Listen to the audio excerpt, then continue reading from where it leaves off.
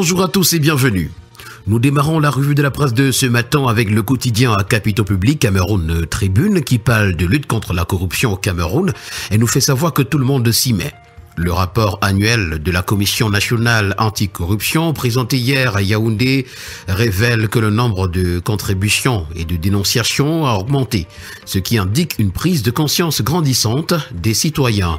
Diverses procédures ont par ailleurs permis à l'État de récupérer 8,49 milliards de francs CFA. L'information complète à retrouver ce matin à la page 5. Nous avons également le quotidien Mutation qui en parle lorsqu'il titre « Lutte contre la corruption, la CONAC, pompiers sans eau ». Et d'après Mutation ce matin, en dépit des résultats obtenus et de sa volonté résolue de combattre le fléau, comme le démontre le rapport 2024 présenté hier, la CONAC bute sur le défaut de collaboration de certaines administrations publiques, l'engouement décroissant des usagers à dénoncer la réticence à faire voter une loi anticorruption et le refus de faire appliquer l'article 66 de la Constitution sur la déclaration des biens. C'est à retrouver ce matin à la page 7. L'apport ministériel en page 8, vive colère à Mesquine et puis présidentielle 2025. Des candidats s'organisent contre la fraude ce matin à la page 6 du journal. Puisqu'on parle des sapeurs-pompiers ce matin, la nouvelle expression à l'extrême nord nous présente Motazé en sapeur-pompier. Le ministre des Finances avait une mission professionnelle dans l'extrême nord du Cameroun. Il a habilement exploité l'occasion pour mobiliser les populations autour de la candidature de son champion à la présidentielle d'octobre 2025. Question de rattraper les retards que son parti a déjà accusé sur le terrain. C'est à retrouver en page 4. Également à lire dans les colonnes de la nouvelle expression ce matin, présidentielle 2025 et les CAM veulent se racheter sur le tard. Endettement, dette de survie ou dette de transformation et puis la fin des dictateurs. Pieter Botha contraint à la démission. Toutes ces informations ainsi que bien d'autres sont à retrouver. À la grande une du quotidien bleu d'Amalmana le jour ce matin, le Cameroun d'aujourd'hui, vu par Achille Bembe, nous est présenté avec les détails à retrouver à la page 2. Corruption à petite une, c'est 4 milliards de francs CFA de préjudice en 2024. Et puis Alain Bouchan de s'exprimer, manifeste pour la coalition de transition nationale. Nous poursuivons avec l'œil du Sahel, le quotidien de Guiba et Gatama qui nous conduit dans le Mayo Sava où 5 enfants ont été enlevés et plus précisément dans la localité de Kassa. L'information complète à retrouver à la page 3. L'économie nous permet de poursuivre ce matin cette revue de la presse avec les télécommunications affichées à la page de présentation. C'est un flou autour du partenariat entre Camtel et Huawei. L'indépendance de la Cameroun Telecommunication dans le cadre de cette collaboration est mise en cause ce matin à la page 3. Biban en petite une, ce sont les routes toujours en mauvais état malgré 1,15 milliard de francs CFA investis en 7 ans. Le bi-hebdomadaire Le Point pour sa part titre ce matin « Bataille du Septentrion, enjeu, acteurs, indicateurs ». Et d'après le journal, la présidentielle du 12 octobre 2025 se jouera à guichet ouvert dans le Septentrion où les candidats en lice entendent faire le plan des voix. Entre le parti au pouvoir qui a une base certaine avec ses barons qui mouillent le maillot et les anciens ministres qui viennent de quitter le navire se réclamant une certaine notoriété territoriale, la confrontation s'annonce rude, ouverte et pleine d'anicroches. La liesse populaire autour de Louis-Paul Motazé à Marois lundi dernier rabat-t-elle les cartes? Ça, c'est une interrogation avec des réponses à retrouver dans le point de ce jeudi à la page 7. Nous poursuivons ce matin avec le quotidien vert Émergence qui s'intéresse à la FECAFOOT.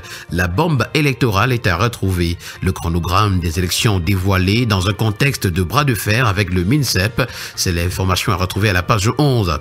En petite une, on parle de corruption. Le Cameroun paie plus de 4 milliards de francs CFA en 2024. Ce chiffre a été révélé hier par la CONAC. Accord États-Unis-Intel, des leçons pour l'Afrique. Mise en œuvre de la ZLECAf, c'est la Côte d'Ivoire à l'école camerounaise et puis modernisation des outils de production, les petites et moyennes entreprises et l'État font front commun.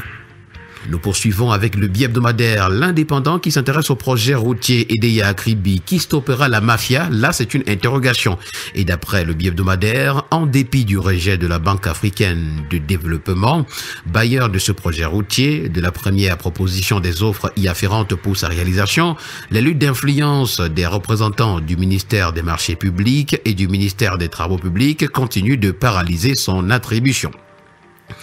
Le bi-hebdomadaire Le Financier d'Afrique est également un kiosque ce matin et parle d'accès au financement à sa grande une. C'est la COBAC et la COSUMAF qui offrent les opportunités du marché financier aux EMF.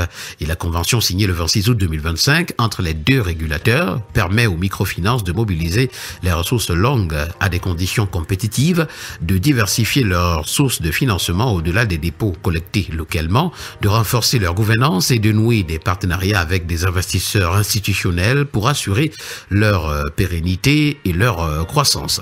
On parle également de partenariat public-privé ce matin dans les colonnes du bi-hebdomadaire, signature de l'accord du lancement du projet Ndolé City demain à Yaoundé.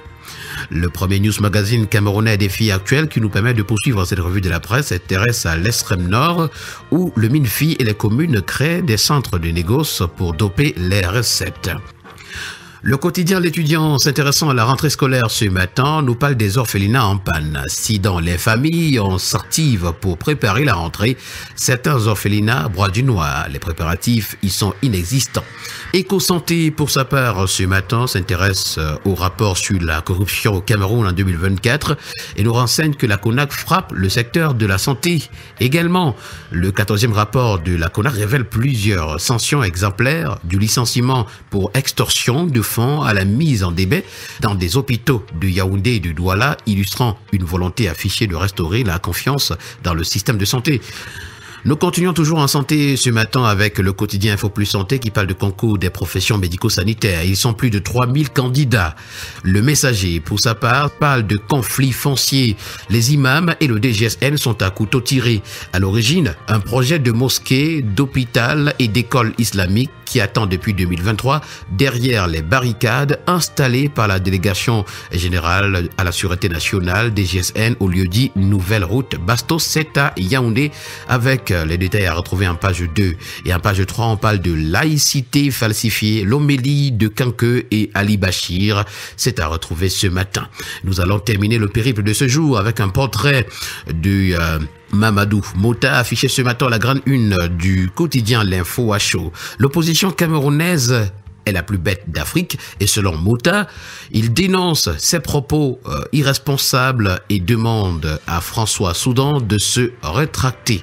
C'est l'information à retrouver au complet ce matin à la page 12. Et puis campagne électorale, Bello Bouba électrise la région de l'Est. Voilà qui a permis de mettre un terme à cette autre sortie de la revue de la presse camerounaise. Merci à vous, mesdames et messieurs, d'avoir été des nôtres. Au plaisir de vous retrouver pour une autre édition. Bonne journée.